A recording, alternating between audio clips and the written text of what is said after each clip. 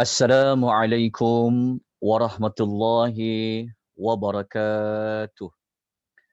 Alhamdulillahi rabbil alamin. Wassalatu wassalamu ala ashrafil anbiya'i wal mursalin wa ala alihi wa sahbihi ajma'in.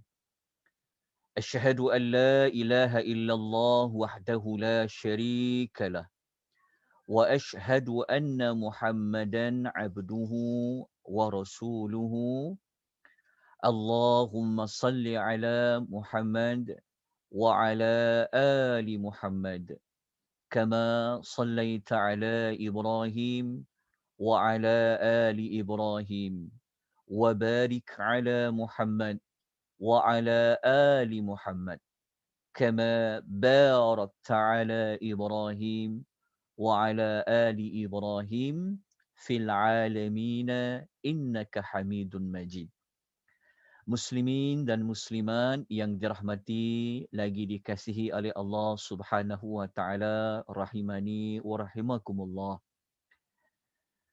Kita memuja Allah Subhanahu wa taala dengan kita memperbanyakkan ucapan alhamdulillah, segala puji bagi Allah. Tanda kita bersyukur kadar Allah Subhanahu wa taala pada malam ini merupakan perjumpaan kita buat kali yang ke-18 untuk siri yang ke-18. Syukur kita sebanyaknya kepada Allah Subhanahu Wa Taala. Tanpa izin dari Allah, tanpa rahmat dari Allah, mungkin kita tidak akan dapat bersama pada malam ini. Justru itu kita gunakan nikmat ruang ini untuk sama-sama kita meningkatkan pengetahuan kita untuk kita mendalami tentang ayat-ayat yang terkandung di dalam surah-surah Al-Quran, yang mana surah-surah Al-Quran itu telah dibahagikan mengikut juzuk, yang mana juzuk tersebut kadang-kadang mengandungi dua surah, kadang-kadang mengandungi tiga surah, seperti mana juzuk ke-18 yang kita akan belajar pada malam ini. Tuan-tuan dan puan-puan yang Allah rahmati, lagi Allah kasih sekalian, juzuk yang ke-18 ini terdiri daripada tiga surah. Yang pertama adalah surah yang ke-23, iaitu surah Al-Mu'minun, bermula daripada ayat pertama sehingga habis surah Al-Mu'minun. Kemudian juzuk yang ke-18 terdiri daripada surah yang ke-24, iaitu surah An-Nur. Kesemua ayat dalam surah An-Nur berada pada juzuk yang ke-18 dan ada 20 ayat daripada 77 ayat dalam suratul Furqan, surah yang ke-25 yang berada pada juzuk yang ke-18. Ini bermakna dua surah utama yang kita akan pelajari pada malam ini, iaitu surah Al-Mu'minun dan surah An-Nur. Surah Furqan pun kita akan belajar, tetapi untuk maklumat lanjut, perincian dia, insya-Allah kita akan bincang suratul Furqan pada juzuk yang ke-19 insya-Allah. Kita terus kepada suratul Al-Mu'minun. Okey, Al-Mu'minun maksudnya adalah orang yang beriman. Menunjukkan kepada ramainya orang beriman, itulah surah Al-Mu'minun. Tujuan surah Al-Mu'minun seperti yang dicadangkan oleh para ulama, surah Al-Mu'minun ini objektifnya 118 ayat dalam surah Mu'minun ini, dia objektifnya adalah untuk menjelaskan tentang orang-orang yang berjaya. Yang berjaya ni siapa? Yang berjaya ni adalah orang-orang yang beriman. Di dunia dia berjaya, di akhirat pun dia akan berjaya, iaitu orang mukmin. Kemudian Allah Ta'ala menceritakan juga pada lawan kepada orang beriman, iaitu orang-orang yang kafir, yang mereka ini gagal. Kenapa orang mukmin tu berjaya? Kerana mereka beriman kepada Allah yang Maha Agung. Kenapa orang-orang kafir itu gagal? Kerana mereka ini tidak beriman kepada Allah yang Maha Agung. Jadi kata kunci pada tujuan surah Al-Mu'minun ini adalah pada tajuk kejayaan, pada tajuk pada perkataan orang beriman dan pada perkataan Allah yang Maha Agung. Begitu juga pada perkataan gagal, orang kafir dan juga kepada Allah yang Maha Agung. Objektif surah ini kita boleh lihat secara jelas apabila kita membuka permulaan suratul Mu'minun pada ayat yang pertama. Kita akan menjumpai ayat itu Allah Subhanahu wa taala berfirman, a'udzubillahi minasyaitonir rajim, bismillahirrahmanirrahim, qad aflahal mu'minun. Qad, sesungguhnya, aflaha, berjayalah orang-orang yang beriman. Jadi kita buka saja surah Al-Mu'minun. Kalau kita ada Quran terjemahan, surah Al-Mu'minun ini dia terletak. Ia terletak pada muka surat 342. Jadi kalau kita buka muka surat 342, lepas kita baca bismillah, ayat pertama telah memberitahu tentang orang yang beriman ini, Al-Mu'minun ini, mereka qad aflaha, mereka telah berjaya.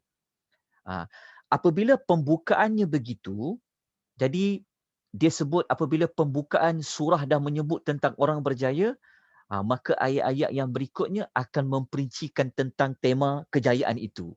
Sebab ini adalah pembukaan kepada surah seperti yang kita selalu jumpa pada setiap pembukaan surah-surah yang kita dah belajar pada juzuk-juzuk yang sebelum ini. Baik. Untuk melihat dengan lebih jelas lagi bahawa tujuan surah ini sebenarnya apabila kita baca saja juzuk yang ke-18, kita jumpa surah Al-Mu'minun, Allah Ta'ala nak suruh kita buat pilihan.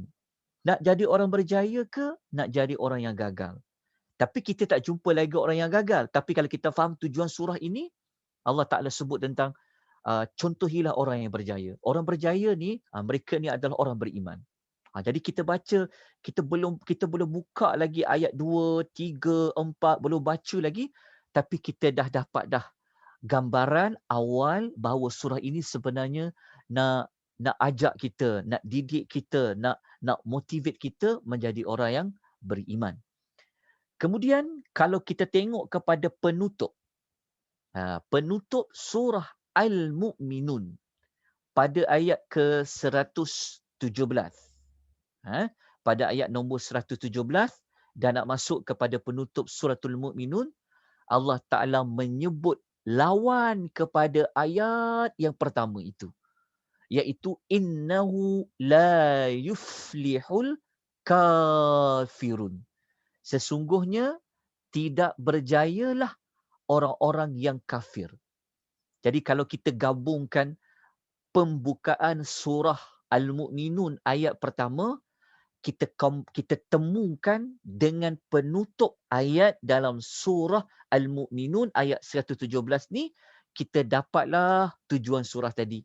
Rupa-rupanya waktu kita baca Al-Mu'minun, Allah Ta'ala berikan kita jalan. Allah bagi kita contoh. Allah bagi kita pilihan. Kamu nak jadi golongan yang mana? Kalau kamu nak jadi golongan orang yang berjaya, kamu kena beriman. Tapi Allah bagi tahu pada penutup surah Al-Mu'minun, ada orang yang gagal. Siapa dia? Mereka ini adalah Al-Kafirun. Itulah contoh-contoh ayat yang menunjukkan secara jelas objektif surah Al-Mu'minun. Kemudian, tuan-tuan dan puan-puan, dalam surah Al-Mu'minun tadi, dekat pembuka, dekat tujuan, kita ada sebut perkataan Allah yang Maha Agung.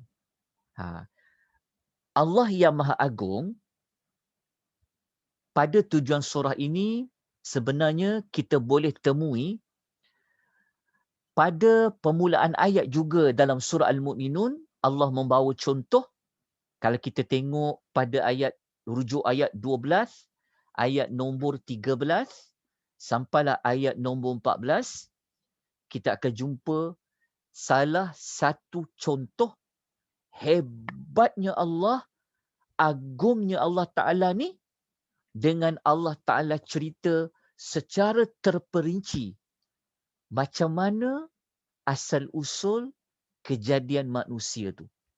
Ini juga merupakan ciri khusus yang ada pada surah Al-Mu'minun. Kalau kita rujuk surah lain, kalau kita nak tahu asal-usul kita dari apa, kita perlu ambil surah Al-Mu'minun ini. Sebab apa? Sebab surah Al-Mu'minun inilah surah yang memperincikan tentang bagaimana kejadian manusia tersebut, khususnya pada permulaan. Kalau kita tengok ayat ni, menyebut tentang kejadian manusia pada awal dia. Sebab tu ayat ini di antara contoh Allah tu dia Maha Agung. Apa keagungan Allah itu? Kita lihat ada 7 peringkat permulaan kejadian insan. Untuk lebih ada penghayatan, kita tengok gambar ni. Kita tengok gambar ni. Okey, nampak tak gambar yang dipaparkan? Kita jumpa ada 3 peringkat kan? 3 peringkat ini, 7 peringkat ini, ia sebenarnya adalah Al-Mu'minun ayat 12 sampai 14. Maksudnya inilah terang-terang menunjukkan Allah itu Maha Agung. Allah Ta'ala cerita pada ayat nombor 12 kan. Kalau kita baca ayat dia, A'udzubillahi minasyaitonirrajim. Kita ambil terus dekat atas tu pun ada kan. وَلَقَدْ خَلَقْنَا الْإِنسَانَ مِنْ سُلَالَةٍ مِنْ طِينٍ. Min tin, ini adalah fasa pertama, manusia itu daripada tanah. Saripati tanah. Thumma, kemudian, ja'alnahu nutfatan fi qararim makin. Ini adalah air mani. Okay, yang kalau kita baca pada ayat itu adalah air mani yang dia berada pada tempat yang kukuh, iaitu rahim. Kemudian Allah Ta'ala kata, summa, kemudian khalaqnal nutfata alaqah. Kemudian Allah Ta'ala cerita yang ketiga, jadi apa? Alaqah tu, segumpal darah. Hanya Allah je yang boleh buat benda ni. Kemudian pada yang keempat, Allah Ta'ala menyebutkan kepada kita semua, فَخَلَقْنَا الْعَلَقَةَ مُضْغَةً. Allah kata, selepas segumpal darah tadi, Allah Subhanahu wa Ta'ala jadikan darah beku tadi, alaqah tadi, menjadi mudghah. Seketul daging. Tapi daging ni dia daging je lah. Dia belum ada tulang lagi. Barulah Allah kata apa? فَخَلَقْنَا الْمُضْغَةَ عِظَامًا. Barulah yang kelima, Allah jadikan seketul daging tadi, iaitu jadikan daging-daging tadi, dia jadi tulang-tulang. Ada tukar jadi tulang-tulang. Jadi dia menjadi tulang. Lepas tulang tadi Allah buat apa? فَكَسَوْنَا الْعِظَامَ لَحْمًا. Allah balut pula yang kelima tadi, yang tulang itu, dengan daging. Lepas tu yang ketujuh, Allah Ta'ala kata apa? Summa ansha'nahu khalqan akhar. Kemudian Allah Ta'ala kata, kami bentuk dia menjadi makhluk yang lain sifat keadaannya. Bayangkan, cuba kita amati ayat 12 sampai 14 ni kan. Bayangkan daripada tanah, tiba-tiba boleh jadi manusia yang lengkap. Siapa yang cipta tu? Siapa yang buat kerja ni? Jawapannya adalah Allah. Allah yang mana? Iaitu Allah yang Maha Agung. Tapi kenapa Allah yang Maha Agung itu tidak ditaati? Tidak mengesakan dia. Maka orang yang beriman, apabila dia tahu Allah itu Maha Agung, maka dia beriman, dia tunduk, dia patuh kepada Allah SWT, maka dia akan berjaya. Daripada penciptaan 7 fasa manusia inilah, 7 peringkat tadilah, kita jadikan dia sebagai tujuan surah. Nampak tak ayat dia? Menjelaskan kejayaan orang yang beriman kepada Allah yang Maha Agung. Dan menjelaskan kegagalan orang yang kafir kepada Allah yang Maha Agung. Contoh keagungan Allah Ta'ala apa? telah pun kita sebut tadi pada ayat 12 sampai ayat nombor 14 sebagai contoh yang pertama. Banyak lagi tanda Allah tu Maha Agung dalam suratul Al-Mu'minun. Kemudian kita lanjutkan dengan sinopsis ringkas surah Al-Mu'minun. Surah Al-Mu'minun ini 118 ayat kita boleh bahagikan. Ini sekadar apa yang saya dapat kongsikan. Okey, mungkin tuan-tuan boleh bahagi lagi dengan lebih detail, boleh dipersilakan, tak apa. Jadi kalau ikut apa yang ada di dalam nota ini, uh, ayat 118 tadi dibahagikan kepada 10 kumpulan ayat. Jadi 10 kumpulan ayat tu, kumpulan-kumpulan ayat tadi kita letakkan contohnya, ayat berikutnya. Okey, ayat 1 sampai ayat 11. Ini adalah kumpulan ayat. Grup ayat yang pertama, ayat 11 ayat yang pertama ni kita letakkan dia pada tajuk 7 sifat menjadikan seorang mukmin itu dia berjaya dan apa balasan dia dapat. Tuan-tuan ingat, ini adalah ayat 11 ayat pertama ni adalah muqaddimah. Adalah pendahuluan bagi suratul Al-Mu'minun. Pada pendahuluan itu sudah memberikan kepada kita gambaran. Ayat yang berikut ni nanti akan menceritakan tentang apa. Jadi 11 ayat pertama ni cerita tentang ada 7 sifat orang mukmin yang berjaya tadi. Lepas tu apa balasan yang dia dapat.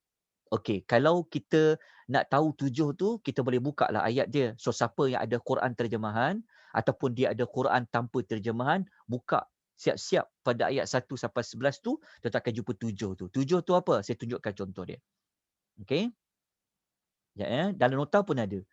Okey, 7 tu apa? Okey, yang pertama, mereka yang khusyuk dalam solat. Fi salatihim khusyi'un. Yang kedua apa? Mereka menjauhkan diri daripada segala perkara yang sia-sia. Ketiga, mereka menunaikan zakat. Keempat, mereka menjaga kehormatan dirinya. Okey, yang ke berapa? Yang kelima adalah mereka yang menunaikan amanah, tugasan yang dia dapat. Amanah dia. Lepas tu yang keenam, dia menunaikan janji. Dan yang ketujuh, mereka yang memelihara solatnya. Lepas tu Allah sebut balasan orang yang ada 7 sifat ni dia dapat apa? Ayat 10 kata mereka itu berhak untuk mewarisi. Mewarisi apa? Yarithunal alladzina yarithunal firdaus wahum fiha khalidun. Mereka itu akan mewarisi syurga Firdaus dan apabila mereka masuk syurga Firdaus, mereka dah tak keluar-keluar dah. Mereka akan kekal di dalamnya. Jadi apabila kita baca muqaddimah, pembukaan ni, lepas tu kita ambil pada yang tujuan surah tadi, memang kita kata betul lah surah Al-Mu'minun ni memang surah yang kempen pada kita, motivate kepada kita supaya kita jadilah orang beriman. Jadilah orang beriman. Kalau nak masuk syurga Firdaus, okey, kena memiliki antaranya 7 sifat pada pendahuluan surah Al-Mu'minun. Okey, kita pergi kepada kumpulan ayat yang lain. Okey ya. Kejap. Saya punya mouse ni dia. Okey, kejap. Okey, kita pergi kepada kumpulan ayat 12 sampai 16. Kalau ayat 12 sampai 16 itu seperti yang kita sebut tadi, contoh yang 7 fasa penciptaan manusia tadi, dia berada pada ayat 12 hingga 16. Kemudian ayat nombor 17. Ini kumpulan ayat ketiga. 17 sampai 22, kita letakkan dia di bawah tajuk hikmah penciptaan langit dan bumi untuk manusia. Ini pun sebenarnya adalah bukti-bukti keagungan Allah Subhanahu wa taala. Kemudian kumpulan ayat yang berikutnya, agak panjang kumpulan ayat ni, iaitu ayat 23 sampai 56, Allah menceritakan tentang kisah nabi-nabi yang Allah utuskan, lepas tu apa agama yang mereka bawa. Okey, tuan-tuan boleh lihat ayat 23 sampai 56. Tapi dalam note kali ini saya tak sebutkan siapakah Rasul itu. Rasul tu dia ada 4. Nanti buka Al-Quran, cari ayat 23 sampai 56 ni ada Rasul yang mana. Okey, selesai untuk kumpulan ayat 23 sampai 56, kemudian kita lanjutkan dengan kumpulan ayat yang ke-5. Kalau yang ke-5, Allah Subhanahu Wa Taala menceritakan tentang sifat lain bagi orang yang beriman. Dia tidak cukup yang 7 tadi, tapi pada kumpulan ayat 57 sampai 62, Allah ada sebut 4 sifat orang yang berjaya yang beriman tu. 4 sifat tu. Nak tahu 4 sifat tu apa? Kena buka pada ayat 57 sampai 62. Tapi saya tunjukkanlah contoh dia kan. Okey, 4 sifat tu begini. Okey, kalau siapa ada nota atau tuan buka ada Quran, buka cepat-cepat. Tengok pada ayat tu, tandakan. Okey, sifat yang pertama adalah orang yang takut kepada Tuhan. Itu satu, ayat 57. Sifat yang kedua, mereka beriman kepada ayat-ayat Tuhan mereka. Sifat yang ketiga, mereka tidak mensyirikkan Allah pada ayat nombor 59. Dan sifat yang keempat pada ayat nombor 60, iaitu mereka yang mengeluarkan ataupun mereka yang menginfakkan, yang membelanjakan harta-harta yang patut mereka belanjakan. Ada 4 sifat sebenarnya. Yang mana 4 sifat ini disimpulkan pada ayat 61, Allah beri satu gelaran lain. Kalau 4 sifat ni dia memang sifat orang beriman dah. Tetapi dia ada gelaran tambahan, bukan sekadar nama orang beriman tu dia umum, tetapi dia ada satu pangkat lain. Ya Allah panggil mereka apa? Ulaika yusari'u nafil khairati wahum laha sabiqun. Tentang gariskan perkataan, mereka itulah tu siapa? Yang empat, yang ada empat sifat tadi tu. Ya ayat 60, ayat tadi tu, mereka ini siapa? Mereka inilah kumpulan yang segera melakukan kebaikan. Ini adalah mereka dapat, maksudnya orang beriman dia ada banyak ciri. Jadi salah satu ciri orang beriman ini, Allah panggil pada 4 sifat ini, mereka ni adalah orang yang yusari'una fil khairat. Mereka orang yang bersegera melakukan kebaikan. Okey, kita lanjutkan lagi dengan kumpulan ayat yang kita sebutkan tadi tu. Sekejap Okey, kita pergi terus kepada kumpulan ayat yang berikutnya, iaitu ayat 63 sampai 77. Ini Allah Ta'ala menyebut tentang tentang Allah menyindir orang kafir dan azab yang diancamkan kepada mereka. Sampailah ayat nombor 83. Kumpulan ayat 83 ni, Allah cerita tentang spesifik apa yang mereka ni jadi kafir. Pada ayat 78 sampai 83, mereka ingkar kepada hari kebangkitan. Dan ayat nombor 84 sampai ayat nombor 100, pada kumpulan ayat yang ke-8 ni, Allah Ta'ala menyanggah pendirian orang kafir tadi dengan mengemukakan bukti. Kemudian kita masuk kepada 2 kumpulan ayat yang terakhir pada ayat 101 sampai 114. Allah menyebut tentang beberapa kejadian pada hari kiamat dan dahsyatnya macam mana. Dan di penutup bagi suratul Al-Mu'minun, Allah Ta'ala menyebut tentang hikmah. Kenapa manusia ini Allah ciptakan? Bukan nak main-main. Dia ada tujuan dia. Dia ada hikmah dia. Dan pada penutup ayat nombor 118, kita akan jumpa Allah Subhanahu Wa Ta'ala menyebutkan tentang doa Nabi sallallahu alaihi wasallam. Boleh amalkan doa itu. Ayat nombor 118 tu. Doa minta ampun, doa minta rahmat kepada Allah. Ayat nombor 118 suratul Mu'minun. Rupa-rupanya orang beriman ni dia ada sifat lagi yang lain. Sifatnya apa? Selalu minta keampunan dan rahmat dari Allah. So doanya apa? Doanya berbunyi pada ayat nombor 118. wa qur rabbighfir warham wa anta khairur rahimin. Nabi Muhammad SAW Allah ajar untuk berdoa. Doanya apa? Ya Rabbku, ampunkanlah aku dan rahmatilah aku.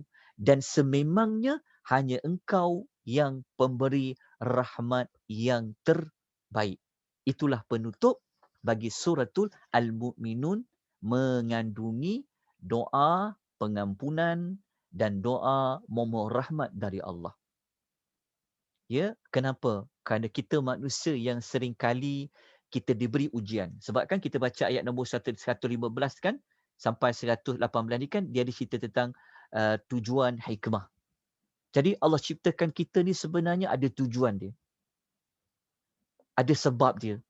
Kadang-kadang kita gagal, kita jatuh dari pergi kepada tujuan hidup tadi, maka kita minta pengampunan Allah, minta rahmat Allah. Dengan rahmat dari Allah, kita pasti akan berjaya. Jadi jangan lupakan doa pada ayat nombor 118. Itu adalah ciri juga orang yang beriman. Baik, kita lanjutkan dengan surah yang berikutnya. Alhamdulillah, selesai surah Al-Mu'minun. Itulah sinopsis ringkas. Kita dah tahu ada lebih kurang dalam kita bahagikan surah Al-Mu'minun surah 18 tadi kepada 10 kelompok-kelompok ayat. Lepas tu kita dah dapat tujuan surah. Jadi kita pergi terus kepada surah An-Nur. Okey, surah An-Nur ada 64 ayat. Okey.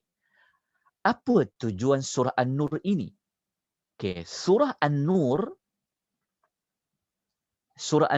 daripada namanya cahaya pun kita boleh tahu surah An-Nur ini tujuan dia adalah Allah Subhanahu wa taala nak bimbing kita. Allah nak didik kita semua. Kenapa kita kata masyarakat Islam? Kenapa bukan pada individu?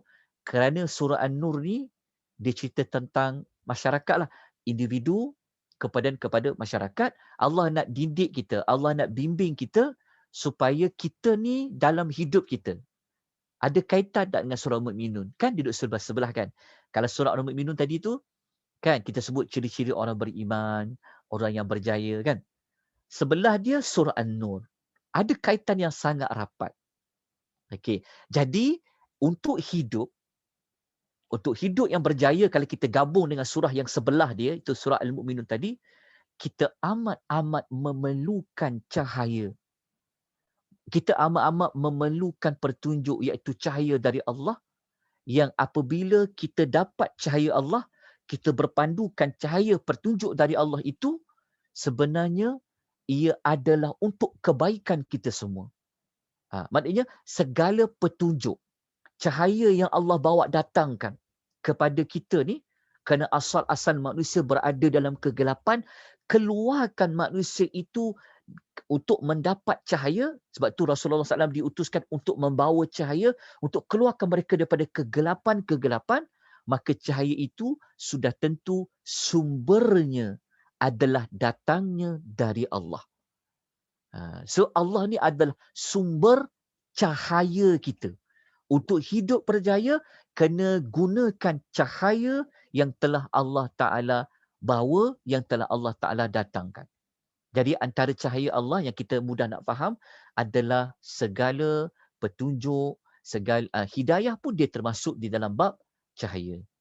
Okey, jelas tentang tujuan surah? Baik, untuk kita mengukuhkan tujuan surah An-Nur ini adalah untuk kita guna cahaya Allah, okey, bentuk petunjuk-petunjuk dari Allah, yang mana kalau kita ikut cahaya Allah tu, kita bergantung penuh kepada petunjuk Allah itu, sebenarnya kita sebenarnya adalah untuk kebaikan kita.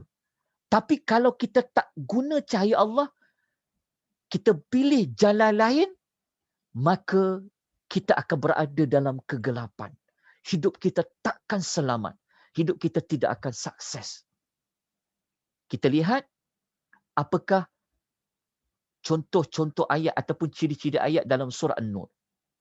Okey, surah An-Nur ini yang menariknya adalah surah yang paling banyak menggunakan kalimah An-Nur. Nur, cahaya. Okey, tuan-tuan, cahaya, tuan-tuan kita akan jumpa gunakan perkataan mufrad saja, cahaya. Dia tidak ada cahaya-cahaya, tidak ada. Allah Ta'ala gunakan cahaya, an-nur, an-nur. Diulang sebanyak 7 kali dalam surah An-Nur. Surah yang paling banyak menggunakan kalimah An-Nur ada dalam surah An-Nur. Maknanya, apa yang kita dapat belajar? Memang kalau ulang banyak kali ni, lepas tu inilah pengulangan yang paling banyak dalam surah An-Nur, maknanya 64 ayat. Dan 64 ayat dalam surah An-Nur ini, 64 ayat ni kena betul-betul perhatikan. Kena ambil cakna. Okey, kerana surah An-Nur ini dia mengandungi cahaya yang membawa kita kepada jalan yang lurus dan sebagainya. Okey, tempat dia ada 7. Dan nota tu saya dah bagi dah. Nanti buka Al-Quran, tengok Quran terjemahan, tandakan. Ayat 35 saja ada 5 dan ayat 40 ada 2 kali. So berapa kali semua? 7 kali kan? Okey, saya tunjukkan contoh ayat 40 yang ada perkataan nur. Okey, ayat 40 ni kalau boleh tuan-tuan nanti tengok terjemahannya. Ayat 40 ini adalah contoh manusia yang dia tidak dapat cahaya dari Allah. Kalau tuan-tuan baca yang 40 ni dahsyat tuan-tuan. Dia punya kegelapan dia tu, cara Allah cerita ayat ni sangat gelap. Tuan-tuan baca yang 40 ni. Dalam nota ni, saya tak bentanglah terjemahan dia.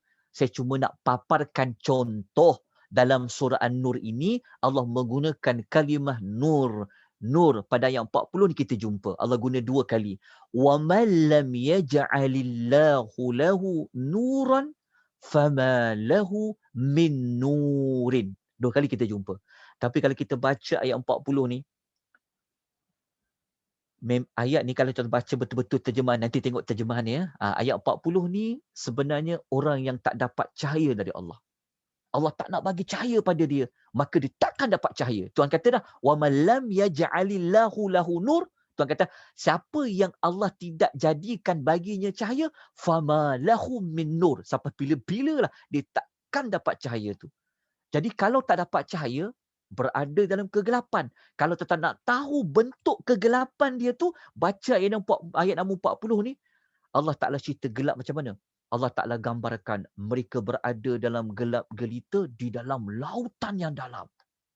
Tuan-tuan, siapa yang masuk lautan dalam, dia kata tengok lautan ni gelap.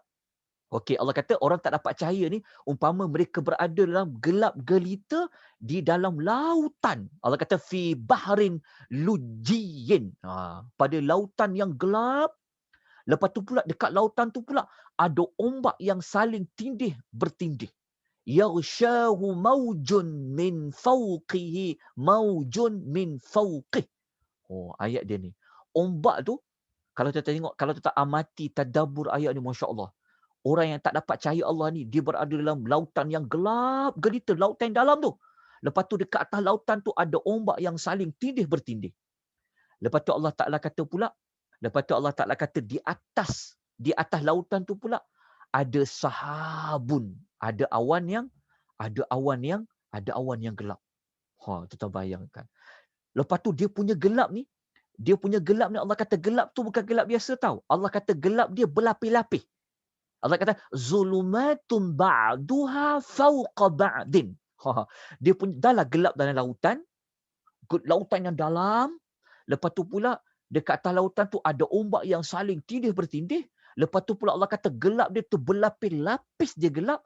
Kalau dia hulurkan tangan di atas, orang tak nampak tangannya. Kenapa mereka boleh berada dalam kegelapan, gelap yang sangat gelap ni? Allah kata, wa man lam yaj'alillahu lahu nuran fama lahu min nur. Jadi di sini kalau kita baca yang 40 ni, kita memang memerlukan cahaya dari Allah. Allah lah satu-satunya sumber cahaya kita.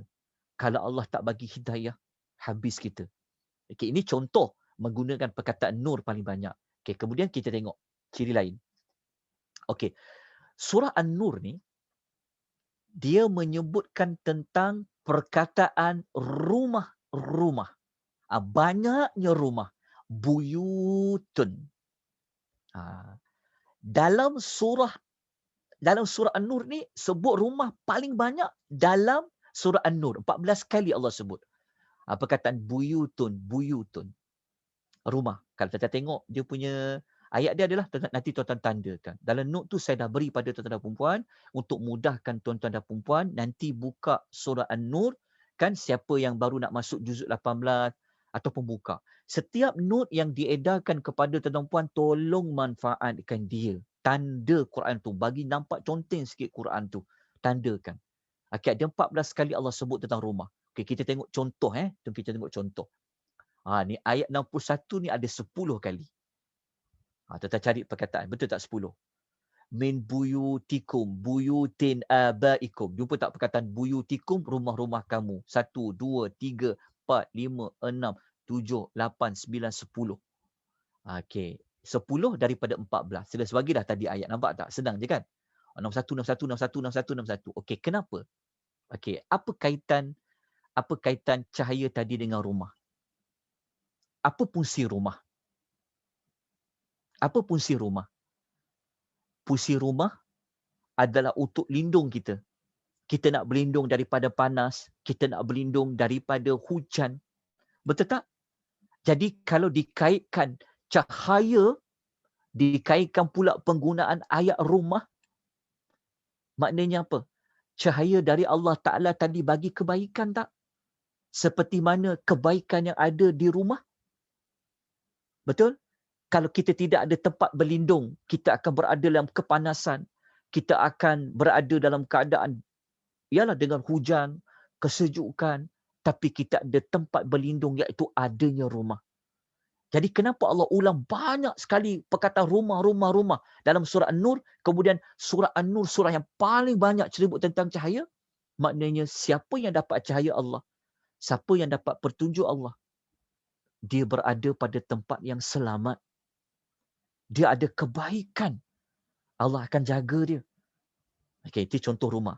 Dan untuk mantapkan lagi tentang pentingnya cahaya dari Allah ni, kita lihat pada tajuk, tengok pada ciri lain, surah kedua yang terbanyak menyebut menggunakan perkataan hasuna.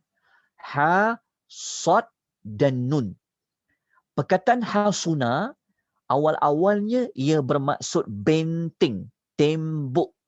Benteng. Surah yang kedua terbanyak. Okey, surah yang pertama terbanyak adalah Suratun Nisa. Surah Nisa tu Allah sebut lebih kurang dalam 5 kali. Menggunakan dalam kalimah perkataan tu dia ada kalimah huruf ha, sad dan nun yang asalnya maksudnya benteng. Okey, tapi dalam surah An-Nur Allah sebutkan 3 kali benteng. Okey, kita tengok contoh. Perkataan hasuna digunakan dalam surah An-Nur. Okey. Ayat yang keempat. Okey, kita jumpa perkataan al-muhsanat. Okey, al-muhsanat di sini berkaitan dengan perempuan yang dia membenteng diri dia. Dia membenteng diri dia tu maksudnya dia memelihara kehormatan diri dia. Jadi ayat kalau sebut benteng guna pada wanita, maknanya wanita yang dia memelihara kehormatan diri dia. Dijaga maruah diri dia. Dia tidak berzina. Dia menjaga kehormatan diri dia. Digunakan perkataan, ada perkataan hasanun kan. Itu disebut al-muhsanat. Jadi kalau kita jumpa 3 kali, perkataan guna hasuna tadi tu, semua merujuk kepada perempuan. Ayat 4 pasal perempuan yang jaga kehormatan, yang membenteng diri dia dengan digelar sebagai memelihara kehormatan. Ayat 23 pun macam tu. Dan ayat 33 pun cerita tentang wanita.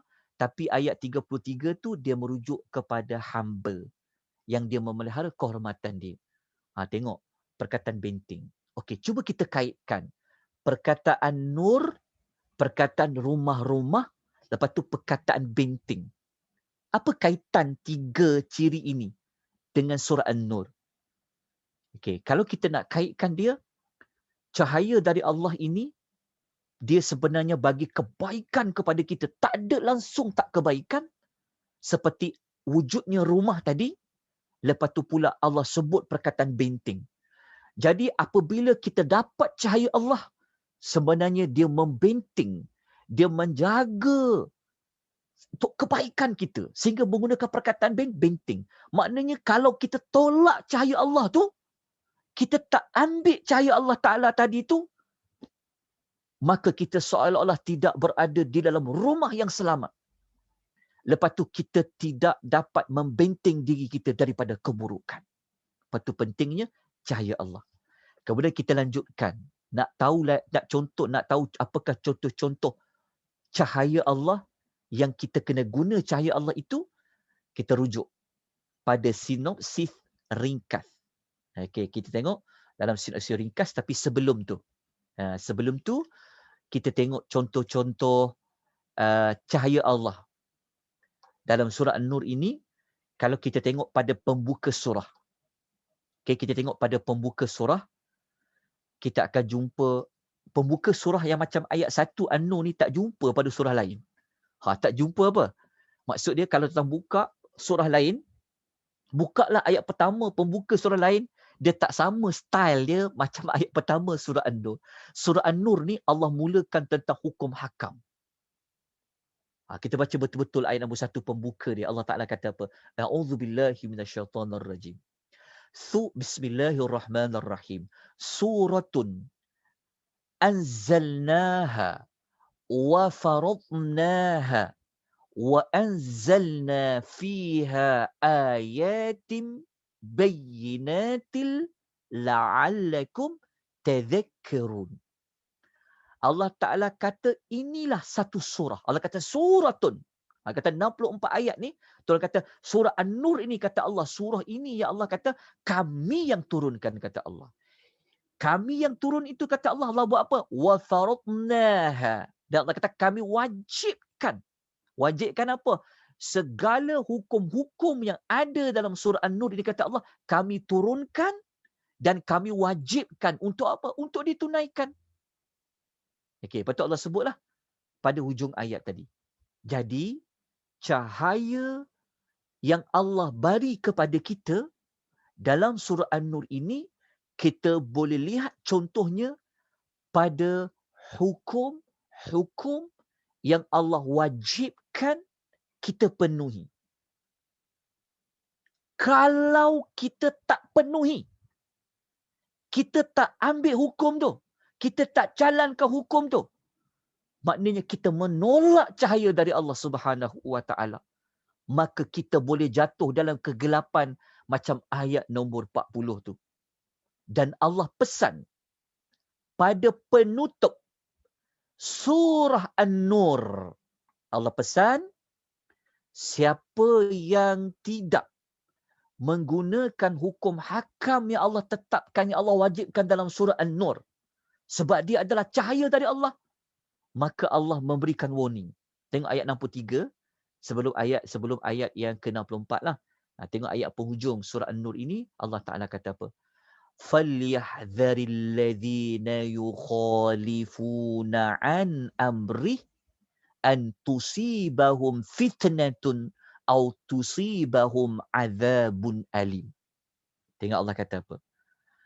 Allah Ta'ala kata, hendaklah yang Allah Ta'ala kata, siapa yang mengingkari perintah Allah, ingat-ingat, kata Allah, jaga-jaga, kata Allah, agar mereka tidak ditimpa bencana, fitnatun. Kalau kita rujuk dalam tafsir At-Tabari mengatakan fitnatun di situ merujuk kepada kekafiran. Allah kata hati-hati. Beringat-ingatlah, jaga-jaga ya, siapa yang mengingkari perintah Allah, dia boleh bawa kepada fitnatun, membawa kepada kekufuran, ataupun mereka akan ditimpa azabun alim. Azabun alim, kalau ikut tafsir Tabari, beliau mengatakan bahawa azabun alim itu merujuk kepada azab yang ada di dunia. Kenapa?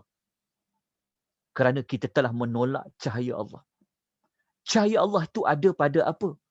Ada pada surah An-Nur dari sudut hukum-hukum dia. Marilah kita pergi kepada sinopsis dan mari sama-sama kita buat postmortem, kita muhasabah, kita nak tengok. Selama kita duk khatam Quran tiap-tiap tahun, kan? Malaysia ni tiap-tiap tahun menjadi juara tilawatul Quran. Buat majlis majlis tilawatul Quran. Malaysia lah champion dia. Tetapi adakah negara kita mengambil cahaya yang ada dalam surah An-Nur? Mari kita tengok sinopsis dia. Jom. Kita tengok sinopsis dia. Kita baca pada, dekat sinopsis surah An-Nur ini, saya bahagikan dia kepada 12 kumpulan ayat.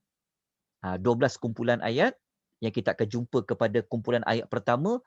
Pembukaan dia ayat 1-5. Cerita pasal apa? Cerita tentang orang yang berzina, hukumannya apa? Dan apakah hukuman bagi menuduh perempuan yang suci itu berzina? Ayat 1-5. Ini sebenarnya ada hukum apa? Ada hukum hudud dan ada hukum qazaf. Tapi Malaysia kita amal tak ayat nombor 2 sampai nombor 5 tu nak tanya. Malaysia yang telah 50 tahun dah merdeka dah. Yang memerintah tu adalah orang Islam. Orang Islam. Agama rasminya Islam. Guna Quran berlambak diterbitkan. Betul tak? Tiap-tiap tahun buat tilawatul Quran. Adakah ayat 2, ayat 3, ayat 4 termasuk surah An-Nur ini diamalkan? Kalau ikut hukum dalam surah An-Nur, perempuan yang berzinar, lelaki yang berzina pada ayat nombor 2, hendaklah dia mi'ata jaldah. Mereka itu dipukul. Mereka itu disebat sebanyak 100 kali sebatan. Ini bagi orang yang tidak berkahwin. Adakah negara kita mengamalkan hukum hudud itu ataupun ikut undang-undang siapa? Tanya. Ini hukum Allah, bukan hukum siapa-siapa. Maknanya negara kita belum lagi benar-benar menggunakan cahaya yang Allah beri dalam surah An-Nur. Negara kita masih lagi mengamalkan undang-undang jahiliah, menggunakan undang-undang penjajah. Sedangkan ini Tuhan kata ayat pertama tu, suratun anzalnaha wa faradnaha.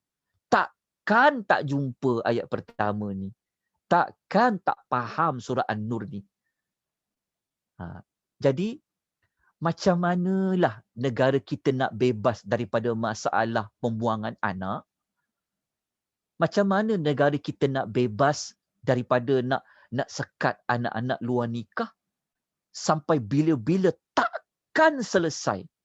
Sebab kita tak menjalankan hukuman seperti mana yang Allah Ta'ala wajibkan dalam surah An-Nur. Kita pergi ambil cahaya orang lain pula. Sedangkan cahaya itu satu saja, datangnya dari Allah. Kemudian ayat 6 sampai ayat 10, Allah menyebut tentang hukum li'an. Ni hukum li'an ni adalah hukum, kalau kita baca ayat 6 sampai 10, hukum tentang kalau suami dia tak boleh bawa saksi isteri dia berzina, maka dia kena bersumpah sebanyak 5 kali.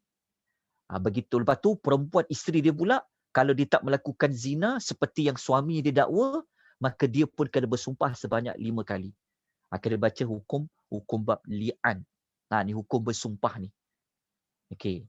Kemudian dalam surah An-Nur ini Allah bawa satu kisah benar, lebih kurang dalam 16 ayat yang Allah turunkan sempurna kisah Ummul Mukminin Aisyah radhiyallahu anha telah dituduh melakukan perbuatan yang songsang, melakukan perbuatan yang buruk dengan salah seorang sahabat Nabi sallallahu alaihi wasallam. Quran turun. Tuhan bagikan jalan. Tuhan bagikan cahaya. Macam mana kisah Aisyah radhiyallahu anha? Kalau tuan baca kisah ni sangat menyayat hati. Mungkin kalau masuk tadabbur, ambillah ayat ini untuk ditadabbur. Baca pula hadis Nabi. Sangat menyayat hati. Allah Ta'ala defend Aisyah radhiyallahu anha dengan Allah turunkan 16 ayat ini. Kemudian dalam surah An-Nur ini, Masya Allah, sampaikan ada hukum al-istizan. Ada hukum nak masuk rumah orang lain pada ayat 27 sampai 29, mesti minta izin dan beri salam. Kalau orang tak bagi masuk, jangan masuk. Kemudian pada kumpulan ayat yang berikutnya. Kumpulan ayat nombor berapa ni? Betul lah, ayat 30 sampai 33 Allah cerita tentang macam mana perempuan dan lelaki yang bukan mahram. Ingat ya, bukan perkataan muhrim ya. Kadang-kadang orang salah guna. Dia bukan muhrim awak. Muhrim tu salah. Yang betulnya mahram. Bukan rim, tapi ram. Mahram. Kalau muhrim tu orang yang pakai ihram tu. Jadi bukan mahram tu baru tepat.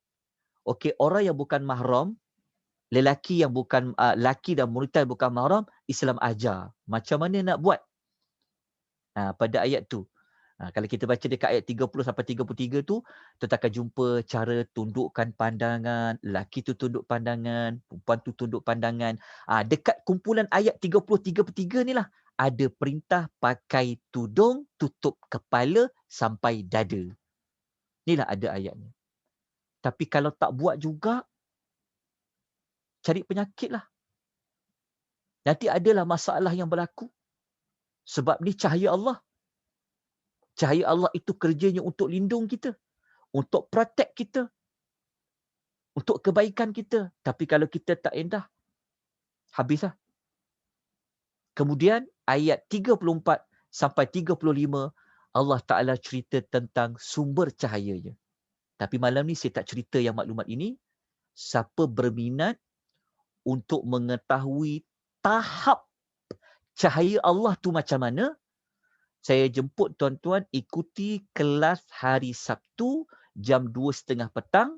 Kita akan belajar nama-nama surah. Nanti kita akan belajar surah An-Nur. Kenapa dia namanya Nur? Nanti kita akan kupas pada ayat 34 dan 35. Kemudian ayat 36 sampai 40, dia ayat 36 sampai 40 ni Allah cerita tentang siapa yang dapat cahaya ilahi macam mana, siapa yang tak dapat macam mana. Itu perkataan sebaliknya. Itu ayat 36 sampai 40. Lepas tu ayat 41 sampai ayat nombor 46, Allah menyebutkan beberapa bukti tentang kesempurnaan kekuasaan Allah. Okey, kita dah habis 8 kumpulan potongan-potongan ayat. Kita terus kepada kumpulan ayat yang berikutnya, ayat 47 tentang sampai ayat 53, Allah cerita tentang perbezaan orang yang mukmin dengan orang munafik dalam mentaati perintah Allah dan Rasul. Dekat ayat ni, kalau dekat ayat ni, nanti kita akan jumpa orang beriman ni sepatutnya apa? Amanna wa ata'na. Kita jenis orang yang beriman dan kita orang yang taat. Lepas tu Allah sebut pada kumpulan ayat 54 sampai 57, Allah sebut tentang janji ganjaran yang Allah akan beri kepada orang yang taat dan orang yang mengerjakan amal soleh. Dan pada ayat berikutnya, kumpulan ayat 58 sampai 61, Allah cerita tentang adab dalam rumah. Tuan-tuan, jangan abaikan ayat 58 61 ni. Ayat ini sampaikan cahaya Allah tu kan sampai masuk ke dalam rumah kita. Iya, cahaya Allah tu ada. Cahaya Allah tu maksudnya macam mana dekat 5861? Ini Allah Ta'ala cerita tentang ni. Tentang kalau anak yang belum baligh, macam mana kalau nak masuk bilik mak dan ayah dia? Kalau anak tu dah baligh, macam mana kalau dia nak masuk bilik mak dan ayah dia? Baca 56, 58 sampai 61. Baca, nanti tengok. Betul ke selama ni dah khatam dah surah An-Nur ni, kita praktik tak ayat 56 dan 61 ni dalam hidup kita? Kalau kita baca dekat 5861 ni, Allah cerita tentang dua tadilah. Kalau anak yang belum baligh, kalau mereka nak masuk bilik kita, bilik mak dan ayah, maksudnya nak masuk bilik mak dan ayah dia, pada 3 waktu ni, dia kena minta izin. Dia tak boleh rempuh masuk saja. Walaupun anak yang belum baligh. Dia kena minta izin pada 3 waktu saja. Maknanya waktu lain tak apa. Tapi 3 waktu ni kita minta izin. 3 waktu tu bila? Menarik tuan-tuan. Cahaya Allah sampai dalam rumah pun Allah beri kita cahaya. Apa dia? Sebelum solat subuh. Kan kita masih tidur kan? Kena minta izin. Yang kedua, waktu tengah hari, tengah panas. Kan? Orang mungkin buka baju, panas. Dan waktu ketiga, selepas isyak. Kan orang nak tidur kan? Kena minta izin kalau anak belum baligh nak masuk, termasuk kalau ada hamba. Tapi kalau dia dah baligh, setiap waktu nak masuk bilik ibu dan bapa dia kena minta izin. Hari ini boleh baca ayat 58 sampai 61. Masya Allah. Cahaya Allah itu sampai ke dalam rumah kita pun Allah Ta'ala berikan kita cahaya. Kalau kita tak ambil cahaya ni, tak ikut cahaya itu, maka nanti banyak benda-benda yang negatif akan berlaku. Kemudian ayat 62 ni penutup. Bagi surah An-Nur. Bagi surah An-Nur ini, Allah cerita tentang adab-adab macam mana bergaulan dengan Nabi, dengan Rasulullah sallallahu alaihi wasallam. Ayat 62 sampai 64. Cahaya. Sebab Rasulullah itu dia membawa cahaya. Siapa yang ingkar dekat Rasulullah, tidak ada adab, nak keluar pada majlis macam mana dan sebagainya, maka dia melanggar cahaya Allah SWT. Habislah surah An-Nur. Alhamdulillah. Semoga hidup kita bercahaya dengan cahaya ilahi. Kalau kita tak amalkan, kalau kita tak ambil segala cahaya Allah yang ada dalam surah An-Nur ini, hukum-hukum, memang hidup kita akan gelap. Pasti akan ada masalah. Pasti akan berlaku masalah-masalah sosial. Kerana Allah menciptakan kita, Allah yang tahu kita patut buat apa. Baik, kita lanjutkan dengan surah yang ketiga. Alhamdulillah, habis surah An-Nur. 20 ayat dalam